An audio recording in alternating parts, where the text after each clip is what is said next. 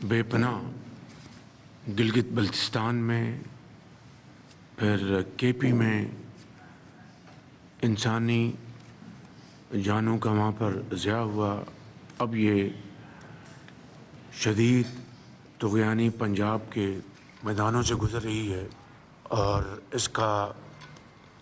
جو انسانی جانوں کا نقصان ہوا ہے، ہمیں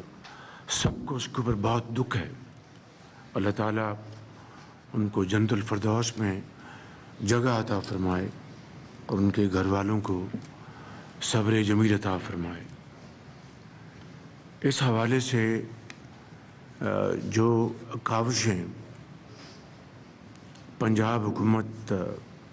چیف منسٹر کی سربراہی میں کر رہی ہیں، وہ یقیناً لائق تحسین ہیں، جس میں آپ کی پی ڈی ایم اے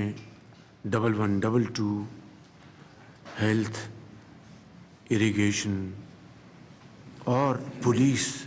کے ساتھ ساتھ جو دوسرے جڑے ہوئے محکمے ہیں وہ دن رات کام کر رہے ہیں. میں ان کو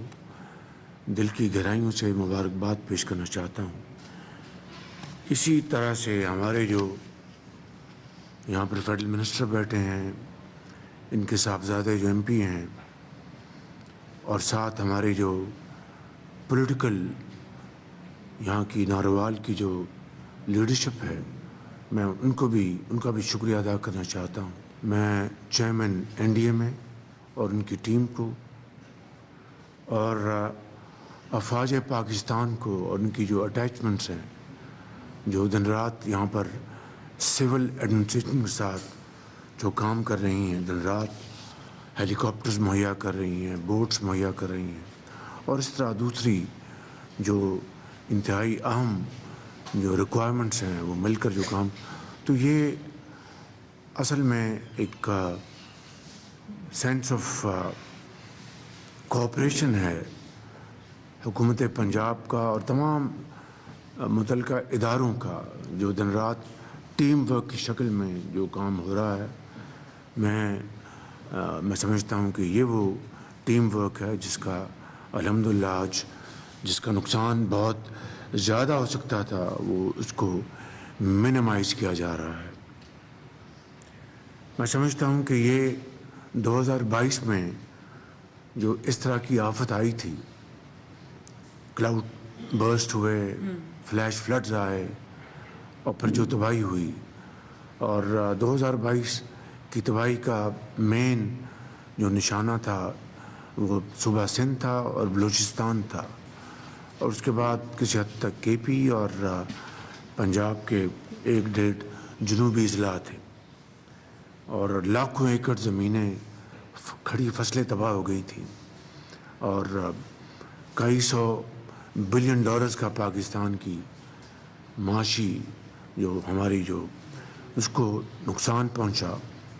تو میں سمجھتا ہوں کہ چونکہ یہ بات اب عیاں ہے کہ پاکستان ان ممالک میں بدقسمتی سے شامل ہے جو کہ قدرتی آفات کے نشانے میں ہے، اور پہلے 10 ممالک جو سر فہرست ہیں ان میں پاکستان کا نام شامل ہے. تو میں سمجھتا ہوں کہ اب ہمیں یہ بات بالکل اپنے ذہنوں میں ایبسلیوٹلی ہمیں اس کو کرٹیکلی اس کو ہمیں اجاگر کر لینا چاہیے کہ یہ اب آئندہ آنے والے سالوں میں یہ ایک ایسا عمل ہے جو کہ رپیٹ ہوتا رہے گا. اب یہ ہمارے اوپر اس کا انحصار ہے کہ ہم کس طریقے سے اس کو ہم میٹ کرتے ہیں، اس چیلنج کو مل کر من حیث القوم وفاق اور چاروں اکائیاں گلگت بلتستان اور آزاد کشمیر مل کر اس کا ہم مقابلہ اگر کریں گے تو انشاءاللہ